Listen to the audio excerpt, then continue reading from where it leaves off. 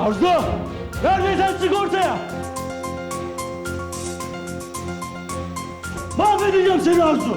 Bulduğumda seni mahvedeceğim! Arzu!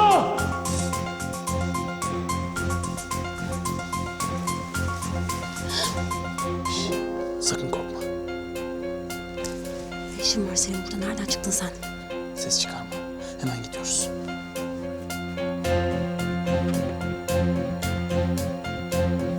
Bunun hesabını vereceksin Arzu. Çok ağır ödeyeceksin bunu.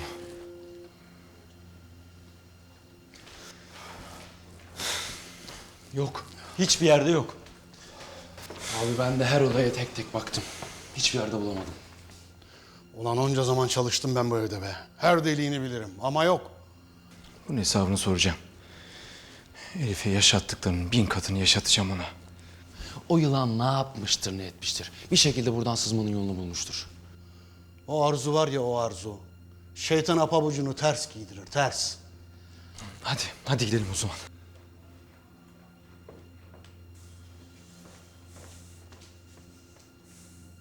Ne işiniz var sizin burada? Bu eve nasıl girdiniz? Ne işiniz var burada? Söyle! Nerede o şeytan? Kim ya? Neyden bahsediyorsun sen? Şş, bana bak. Bize aptal numarası yapma lan. Söyle! Arzu nerede? Çabuk söyle! Arzu mu? Nereden bileyim ben nerede? Bak! Elimden bir kaza çıkacak şimdi! Konuş lan! Konuş! Şş, bana bak. Arzu nerede? Cevap ver. Ya ben bilmiyorum diyorum. Neden anlamıyorsunuz? Anlamıyoruz! Hangi deliğe girdiyse söyle! Arzu nerede saklanıyor? Ya benim o kadınla hiçbir ilişkim kalmadı. Hem neden bu evde arıyorsunuz ya? Hastanede falandır o. Bak, bana doğruyu söyle. Doğruyu söylemiyorsan seni şurada gebertirim. Konuş! Abi bırak be! Selim! Selim! Konuş! Abi tamam! Bırak o! Bırak! Bak abi tamam. Bilmiyorum diyor.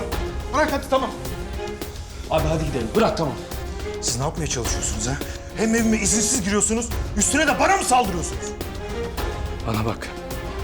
Eğer yalan söylüyorsan, eğer bilip de konuşmuyorsan kork benden. Selim abi. Hadi gidelim.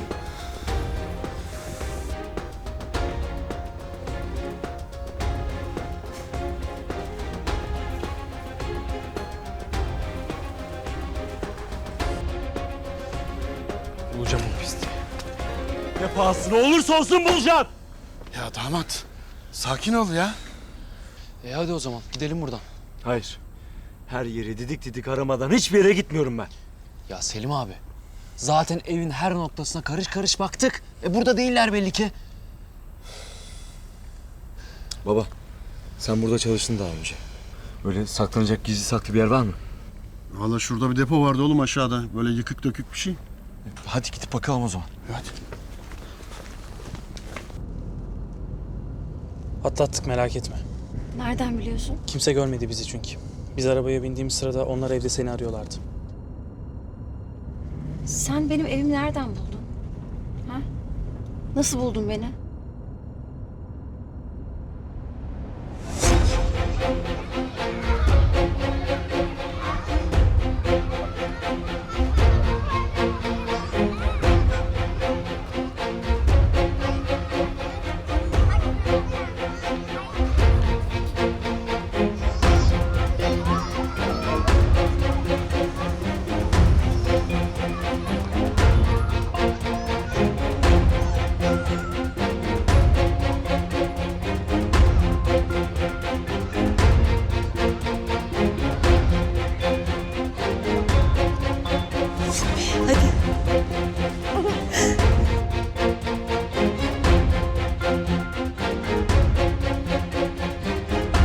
Tut bakalım kızın elini. Bakalım daha ne kadar tutabileceksin.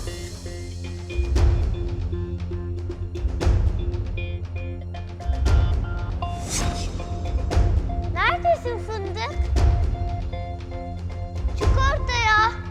Bak hiç oyun oynama. Çık işte oyun oynuyorsan. Çıksana.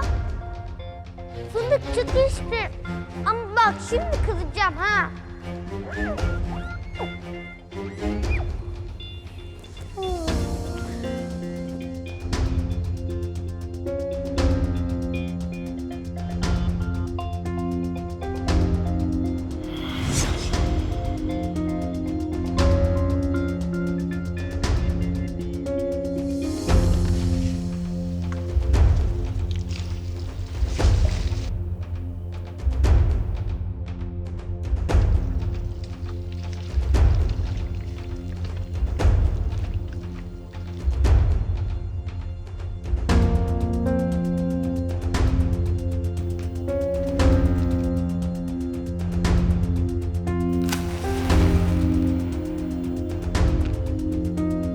Ateşinle buluş. Pis iblis.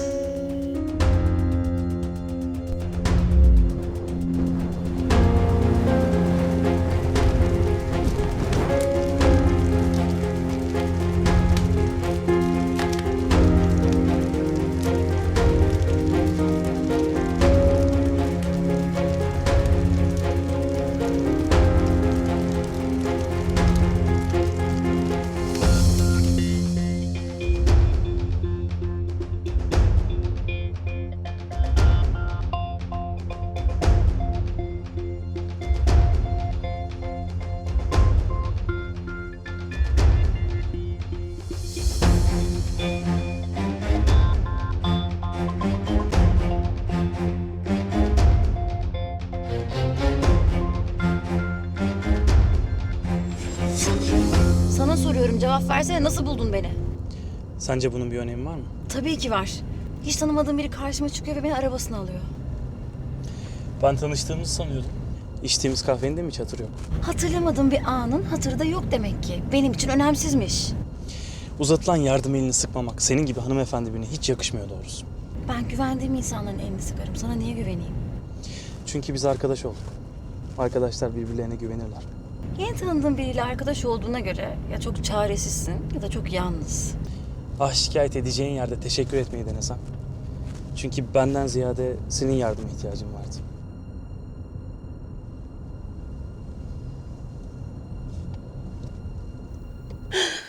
Kızım benim. Ceylan gözlüm. Nereye gider? Yüce Mevlam onu bana bağışlasın ne olur, ne olur bir şey olmasın ona. Bulacağız yavrum, bulacağız torunumu, bulacağız. Melek canım arkadaşım. İçini ferah tut. Bulacağız Elif'i mutlaka. Arıyor babaanne, ben bir daha bahçeye bakayım mı? Yok yavrum, sen otur orada, kımıldama bir yere. Zeynep, Selimlerden bir haber var mı? Bir arasan mı? Yavrum. Bulacağız. Bulacağız. Allah'ım sen koru ya. Sen koru. Çalıyor ama açmıyor ki. Duymuyorlar herhalde. Yok ben tuturamam böyle. Ben Elif arayacağım, böyle duramam. Melekciğim daha dinlenmedin. Ne olur biraz daha otur. Ya anlamıyor musunuz? Bırakın beni ne olur. Kızım dışarıda, onu bulmam lazım. Tamam. Hep birlikte arayalım. Hep birlikte arayalım. Diğer koluna gir Melek ablanın. Yavaş ablacığım. Yavaş. Allah'ım sen yardım et yarabbim.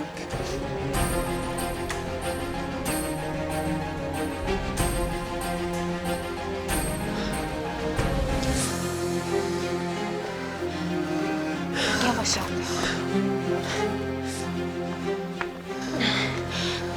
Tamam iyiyim, bırakın beni. Abla emin misin? Elif!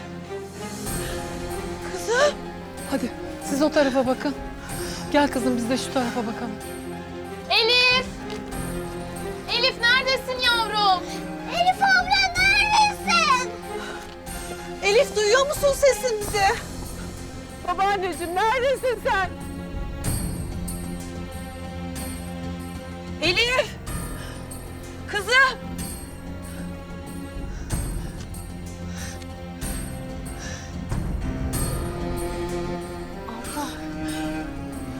Bak biz bütün bahçeye baktık.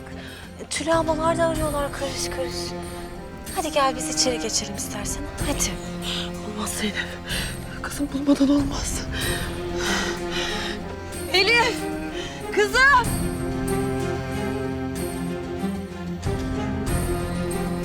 Anne. Ablacığım! Anne. Elif! Elif duyuyor musun sesimizi? Bir susun. Duyuyor musunuz? Elif'in sesi bu. Elif'in sesi. Elif! Kızım! Anne. Elif!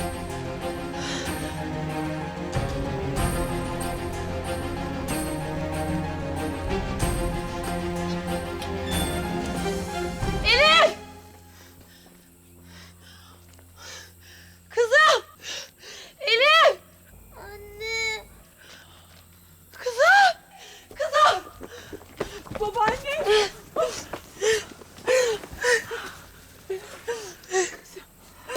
Biliyordum, bulacağımı biliyordum.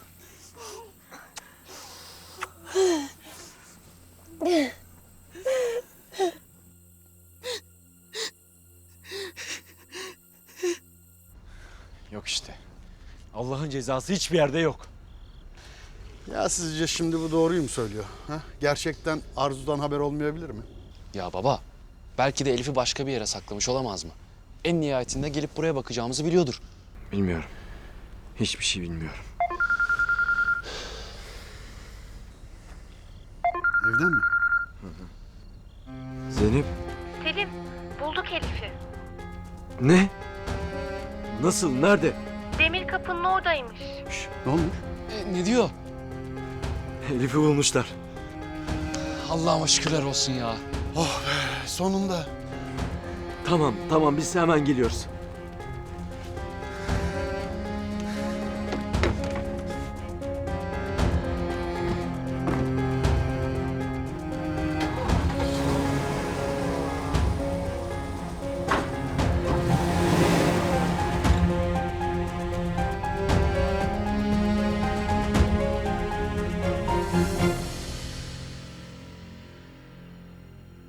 Elif abla ne olmuş? Niye uyanmıyor? Ah be yavrucuğum biz de bir bilsek.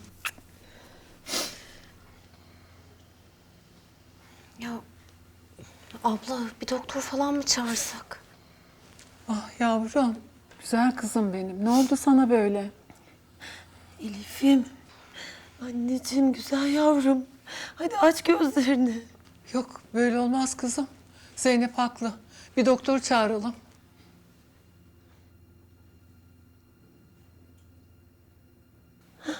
Gözün acıyor. Kendine geliyor galiba. Anne. Anneciğim. Söyle yavrum, söyle.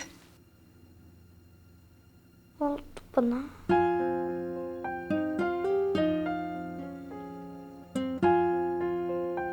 Elif abla sonra sen kayboldun. Biz seni çok aradık. İnci gel yavrum gel. Elif ablan dinlensin biraz. Çocukcağızın dili damağ kurumuştur. Ben hemen bir su getireyim. Güzel torunum benim. Allah'ıma şükürler olsun seni bulduk.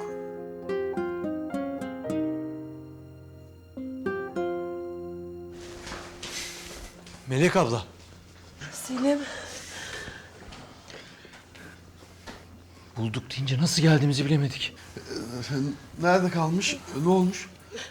Vallahi ben de bilmiyorum ki. Daha yeni kendine geliyor zaten. Ya tamam da nerede buldunuz? Ya çiftliğin demir kapının az ilerisindeydi. İyi de biz baktık oraya. Vallahi bilmiyorum Selim, ben de çok şaşkınım. Allah Allah. Neyse bir kendine gelsin de ne olup bittiğini anlarız.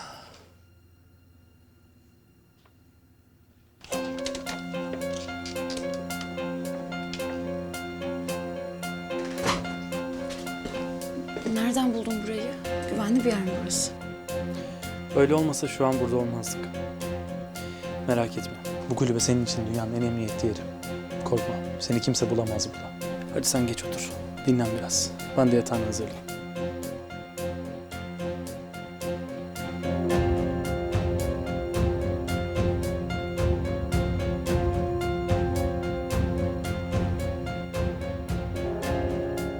Yani çok enteresan ya. Yani biz her yere baktık. Baktık da biz göremedik demek ki.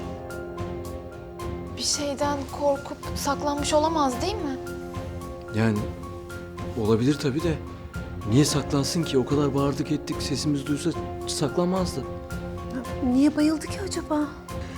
Şimdi Tülay'ım, niye bayıldığından önce niye dışarı gitti sorusunu sormak lazım. Yanlış mı düşünüyorum damat? Açıkçası bu hususta ben babama katılıyorum. Şimdi bu çocuk öğrenci kıyafetlerini giymeye gitmedi mi? Yani demir kapının önünde ne işi var? Niye çıktı dışarı?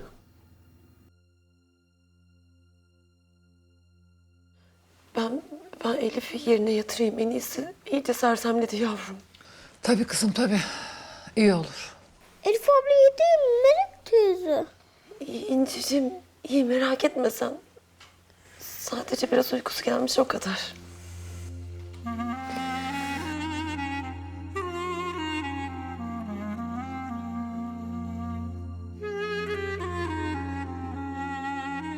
Anne yanımda yatabilir miyim? Yatacağız bir tane. Birlikte yatacağız anne.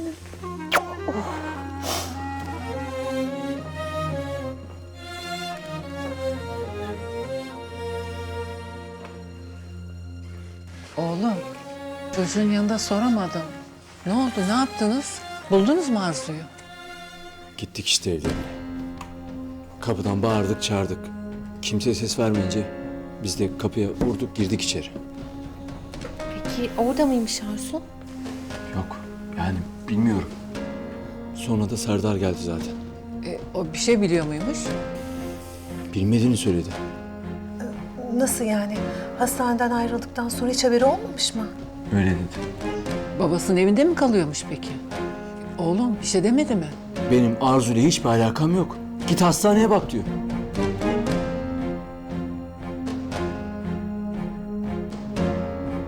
Ama ben eminim. Bu işin altında Arzu'nun payı var, eminim.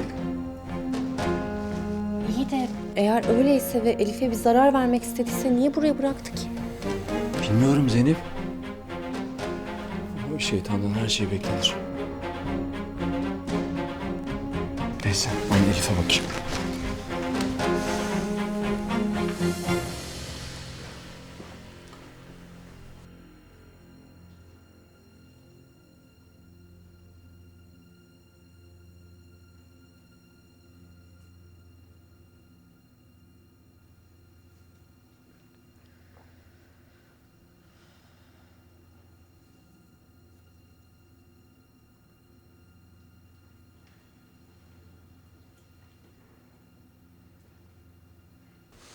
Uyudu mu?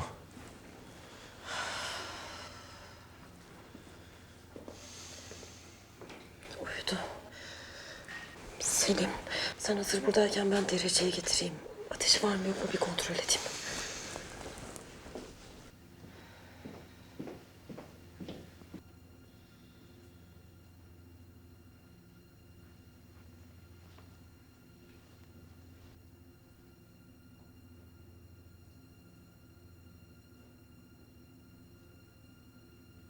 Yapma.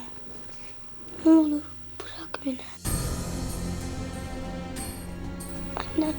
Annem bir şey yapma. Ne olur.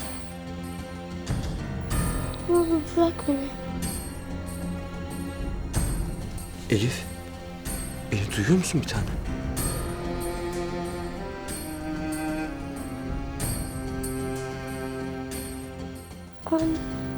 Amca, annem iyi mi? Bir şey olmadı değil mi? Hayır. Olmadı bir tanem. İyi, iyi korkma sen. Bak hepimiz buradayız. Sen iyi misin?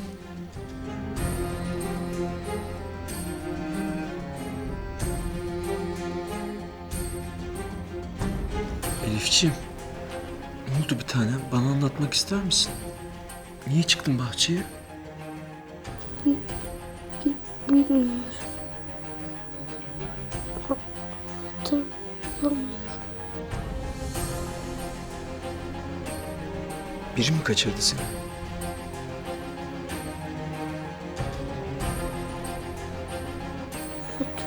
Hatırlamıyorum amca. Amcacığım, annem iyi mi diye sordun ama.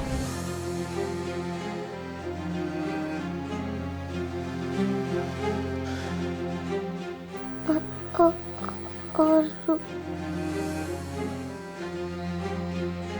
Arzu teyze.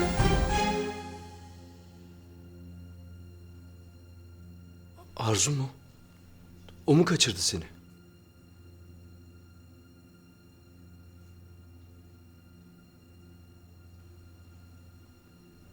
Elif, hadi bir tanem söyle. Bir şey mi yaptı sana Arzu?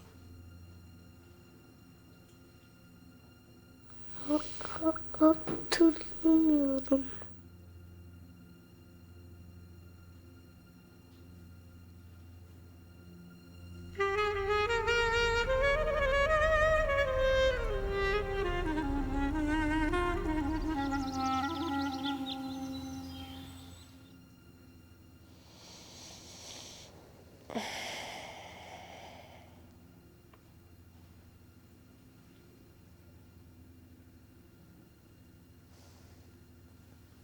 Selim.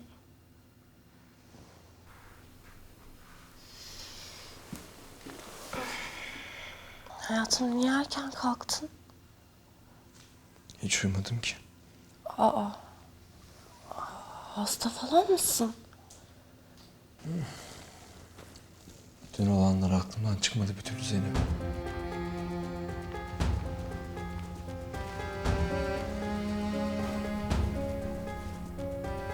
Canım. Bak Elif iyi artık. Yanımızda. Hadi sıkma canını.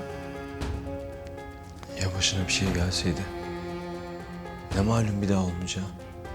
Ya daha kötüsü? Sus Selim Allah korusun.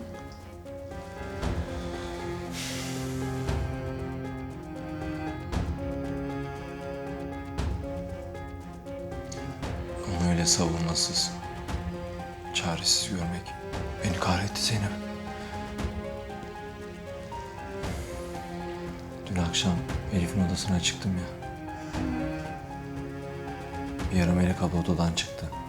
Yoksa Elif orada bir şey mi söyledi? Evet. Öyle sayıklamaya başladı. Annem nerede? Bırak beni diye sayıklamaya başladı. Ne diyorsun Selim? Sonra yarım yamalak gözlerini açtı. Hala kabusun etkisindeydi. Annem iyi mi? Ona bir şey olmadı değil mi dedi. Allah Allah. Sence bunun olanlarla bir ilgisi var mı? Peki başka bir şey söylemedi mi? Söyledi Zeynep. Düşündüklerimde haklıyım galiba ben. Nasıl yani? En son Arzu teyze diye mırıldandı. Arzu mu? Arzu mu yapmış yani bütün bunları? Bilmiyorum. Yani yarı uyanıktı, yarı uyuyordu. O yüzden ben de çok üstüne gitmek istemedim. Başka bir şey de söylemedi zaten. Ama benim aklıma o canavardan başkası gelmedi.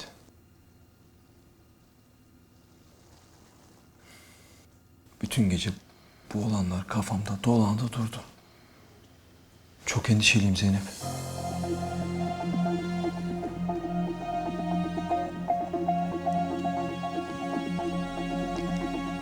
Canım, ben de endişeliyim ama hadi yapma böyle. Bak Elif artık yanımızda, iyi. Biz de onu daha fazla koruyup kollayacağız.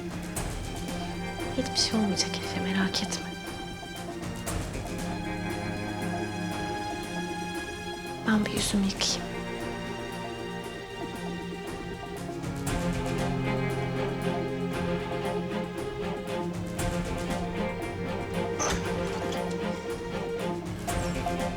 Eğer şüphelerimde haklıysam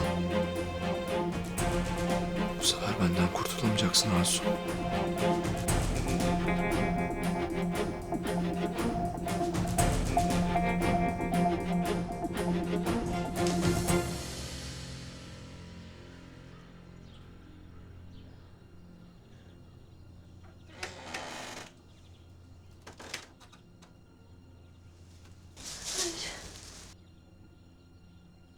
Hayır. İyi misin?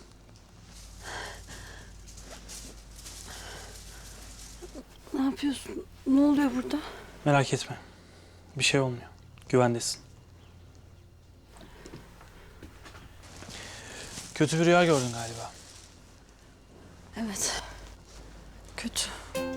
Çok kötü. Kim bilir ne korkular yaşadığında böyle rüyalarında bile tedirginsin. Bunlar ne? Yakında bir köy var. Oraya gittim. Kahvaltı için acıkmışsındır. Kimse seni görmedi değil mi? Merak etme. Endişelenme, görmedi kimse. Ben sana şöyle güzel bir kahvaltı hazırlayayım mı?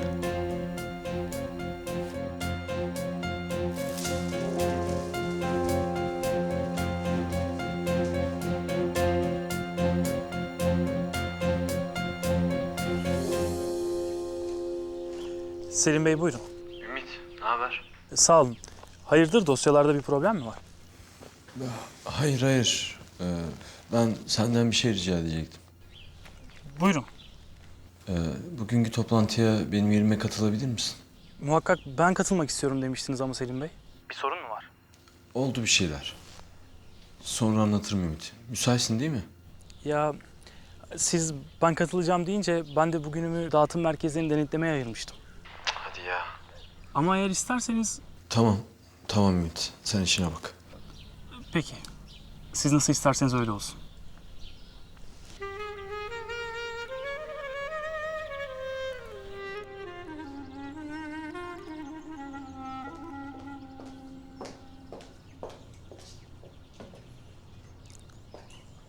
Teşekkür ederim. Bana da bir kahve yap. Günaydın hayatım. Dün akşam neredeydin? Arkadaşlarla takıldık biraz. Geç geldin herhalde. 12'yi geçiyordu. Fark ettim. Seni beklerken uyuyakalmışım. Hiçbir şey duymadım. Kapının halini fark ettin mi? Dün akşam Necdet'in alacakları geldi. Ya. Ya, iyi ki yoktun dün akşam. Yani dün akşamki rezilliği görmeni hiç istemezdim. Bayağı bir hırgür çıktı ama iş uzamadan postaladım herifleri. Bir kurtulamadık şunlardan desene. Ya evet, adam geberdi gitti. Mezarda kemikleri bile çürüdü ama hala pislikleriyle uğraşıyoruz. Hayatım, canına mı sıktım yoksa? Ya bak merak etme. Yakında gideceğiz buradan. Yeni evimizde hayata sıfırdan başlayacağız. Hem bak biliyor musun? Çok fazla beklememize de gerek kalmayabilir. Mühendislerle konuştum ben dün. Her şey tıkır tıkır işliyor Serdar Bey dediler. Yani tahmin ettiğimizden daha erken taşınabiliriz. Hem belki bir gün... Bana bunları neden anlatıyorsun? bilmek istersin diye düşündüm. Ben sana hiçbir şey sormadım. Eğer öğrenmek isteseydim sorardım zaten, değil mi?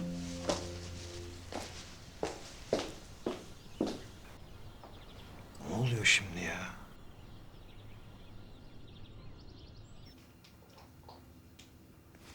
Buyur. Yine şarjı bitti. Ulan 2 saat dayanmıyor bu meret ya. Neredeydi? Kahveler geldi. Oo, Şu senin sade olan. eline sağlık. Eline sağlık da. Ne bu haller Asuman? Ha? Ne halleri canım? Yani kocamıza kahve de mi yapamayacağız? Yapacaksın yavrum, yapacaksın tabii de. Senin keyfin bir yerine gelmiş sanki ha? Böyle bir oturmuş, değil mi? Aa, normalde somurtkan bir insan mıyım ben? Yani bunu mu demeye çalışıyorsun? Tamam mı güzelim? Hemen tribal enfeksiyona kapılma değil mi? Kapılmayayım değil mi? Kapılma tabii. Sen benim çimen gözlümsün. Hadi selfie çekilelim. Kodişle kahve keyif diye face atacağım. Yavrum şarjım bitti be. Dur takayım geleyim ben şunu. Benimkini kullan. Yok ya uğraşma ben takarım şimdi bunu. Nereye koymuştun? Şuraya mı? Dur sen hayatım. Dur ben şey yaparım bakarım ona sen dur.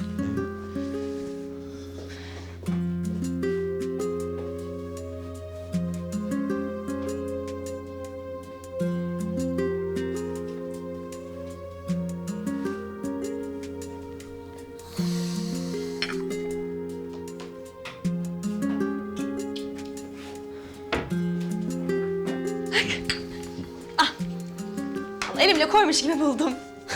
Çünkü zaten ben elimle koydum. Espri yaptım.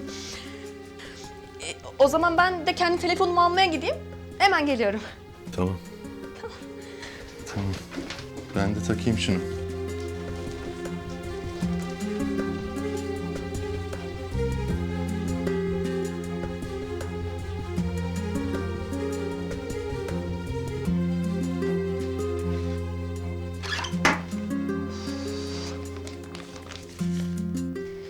Ay, nereye koyacağım ben bunu ya?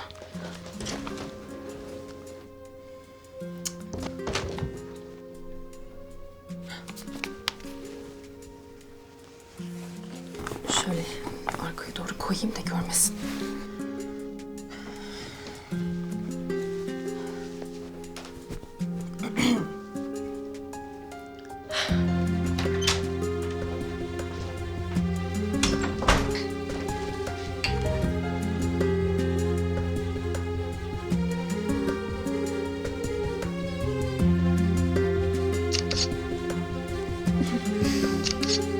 Şöyle. Arzu teyze dedi. Kulaklarımla duydum. Uyku mahmuruydu diyorsun ama oğlum. Belki... Ya biliyorum. Uyanmıştı. Annem iyi mi diye sordu. Sonra o pisliğin adını söyledi işte. Canım kızım benim. Mis kokulum. Ya kim bilir neler geldi başına. Bütün gece uyuyamadım. Sabaha kadar bu olanları düşünüp durdum. Ama yok. Bütün her şey o yılana çıkıyor. Hayatım ama emin değiliz ki. Hani elimizde bir kanıt yok. Ya emin olmamız için ne olması gerekiyor? Zeynep söyle. Oğlum sakin ol. Ya o kadın tımarhaneden çıktığından beri içim hiç rahat değil benim anne. Aramızda dolaştığı sürece huzur yok bana. Cık. Ben bu işin peşini bırakmayacağım. Bunların hesabını soracağım. Canım bak bir bekleyelim. Belki Elif bir şeyler hatırlar. Ona göre hareket ederiz ha? Zeynep, aklıma Arzu'dan başkası gelmiyor benim.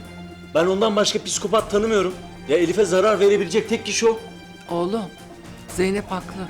Böyle bilmeden etmeden Allah korusun ya sana da bir şey olursa ne yaparız biz sonra? Allah korusun. Anlaşıldı. Bunları Arzu'nun yaptığına inanan bir benim galiba. Selim.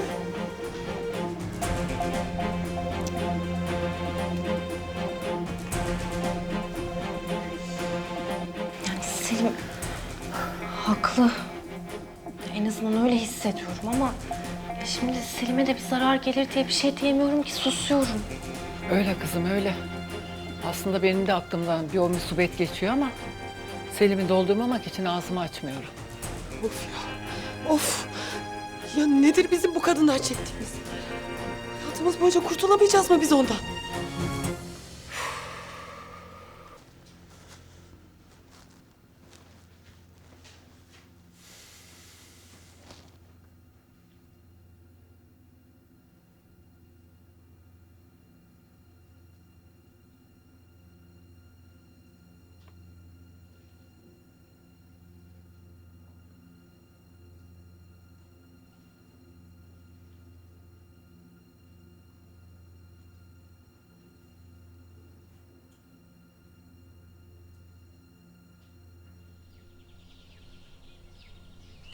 Evet anlıyorum ama bu mümkün değil. Haftaya bir toplantı organize etsek? Bakın Mehmet Bey, amacım sizi zor durumda bırakmak değil. Ama şu an önemli bir iş için şehir dışındayım. Lütfen biraz anlayış gösterin. Ha tamam. Haftaya görüşüyoruz o halde. Sağ olun, çok teşekkür ederim. İyi günler.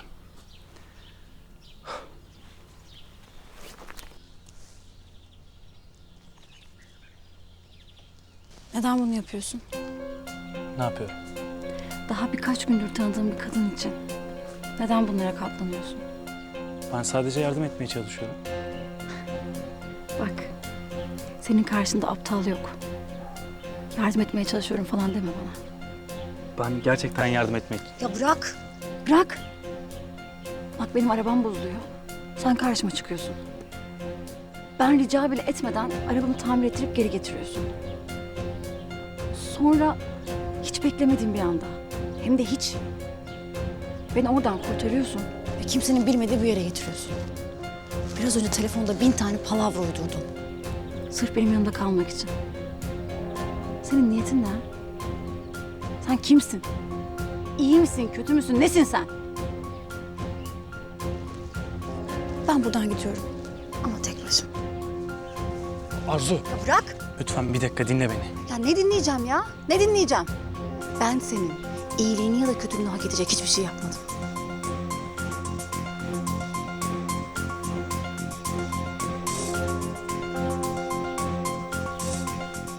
Sen bana ne yaptın biliyor musun Arzu? Sen benim aklımı başımdan aldın.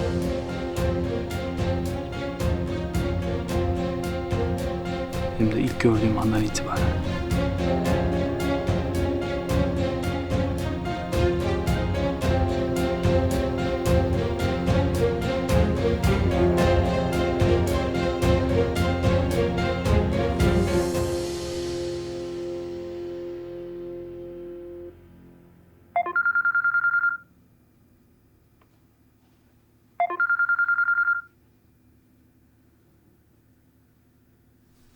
Efendim Hasan Efendi. Mahmut Bey geldi de. Mahmut Bey. Ziraat mühendishane. Müsaitseniz 5 dakika seraya bakabilir misiniz? Bir şey diyecekmiş de size. Tamam. Tamam hemen geliyorum.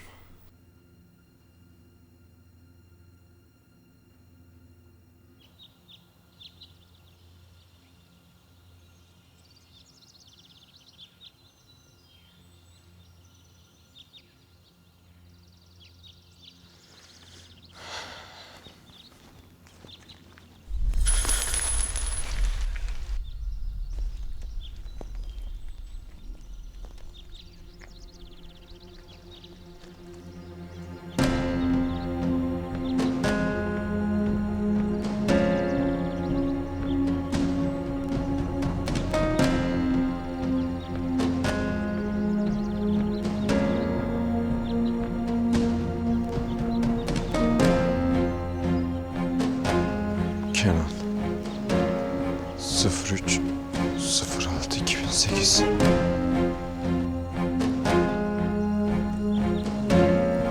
Biliyordum. Senin olduğunu biliyordum Arzu. Ambulans çağırın.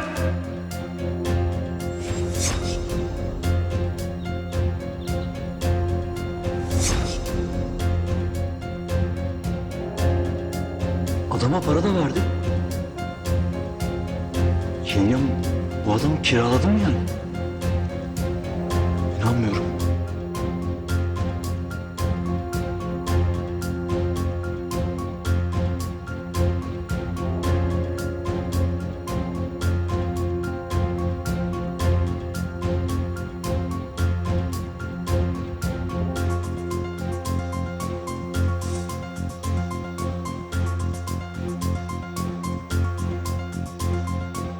Nasıl olur?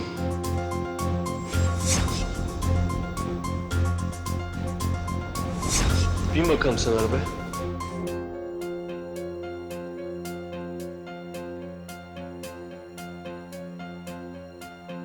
Kimsin? Abi dur, sakin ol. Ha, kızı tanıyorsun sen. Sana soruyorum birader, sen kimsin? Abi yol kenarında gördüm yavrucağı. Eve götüreyim seni dedim ama kaçtı. Korkmuştu belli ki. Evden kaçmış galiba. Nasıl korkmuştuysa artık. Tamam. Benim tanıdım. Bir polise mi götürsek? Kimlik falan yoktu üstünde.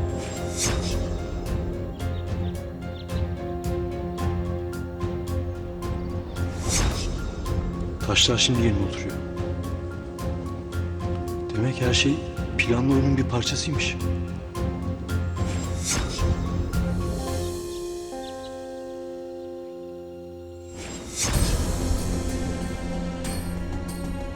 Mezar açtırdık. Oğlum siz ne diyorsunuz? İnanmıyorum, neler olmuş böyle? Melek haklıymış. Nasıl yani? Mezar boşmuş. Tuğçe senin yüzünden öldü. Mutlu musun şimdi ha? Tuğçe senin yüzünden öldü. Bir daha asla Tuğçe'nin eşyalarına dokunmayacaksın. Çek ellerini. Sakın bir daha bana dokunma. Arzu defol git buradan. Ben hiçbir yere gitmiyorum. Tamam çocuklar korkmayın. O iblisin çocuğu. Siz de o iblise sahip çıkıyorsunuz. Artık öyle eminim ki. Her şey tam da tahmin ettiğim gibi. Bu olanların ardında sen varsın Arzu. Kim bilir daha neler yaptın. Ama buna müsaade etmeyeceğim. Aileme zarar vermene asla müsaade etmeyeceğim Arzu.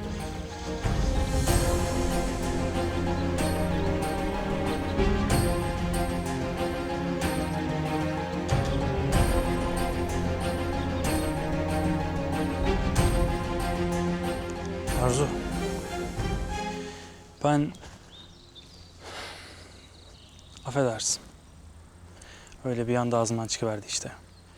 Nasıl oldu bilmiyorum ama... Tamam. Tamam bak ben daha fazla demek istemiyorum. Yaptığın her şey için çok teşekkür ederim ama ben gidiyorum. Gitme. Gitme. Bak çekil önümden. Lütfen bir dakika dinle beni. Sakin ol tamam. Lütfen dinle. Benden korkma. Hele biraz önceki duyduklarından hiç korkma. Unut. Hiç söylemedim farz et. Ya yaşanmamış sayalım lütfen. Şu an başımız dertte. Ve senin için en güvenli yer burası. İnan bana. Gitme. Benden de gitmemi isteme. En azından başındaki şu bela geçinceye kadar yanında kalayım lütfen. Bak buna... Bak, sonra gideceğim. Söz veriyorum. Güven bana.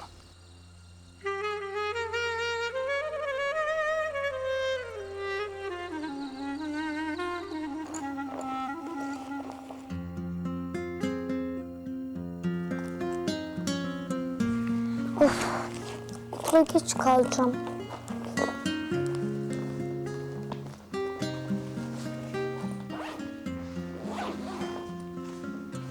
Anneciğim, ne yapıyorsun sen? Okula geç kalıyorum anne. Bir tanem, okula gitmene gerek yok bugün. Ben öğretmenimle konuştum, raporlasın. Hem ben de işe gitmeyeceğim, izin aldım. Birlikte evde vakit geçiririz ha? Ah zaman vurur geçer yüzüme, acısı kalır gözlerimde. Gurur yakar, içim kor olsa da dilim susar sözlerimle. Dağıtır ayırır bizi kader, uzak bana yasak. saklı yüzün çoğalıp büyüyor içim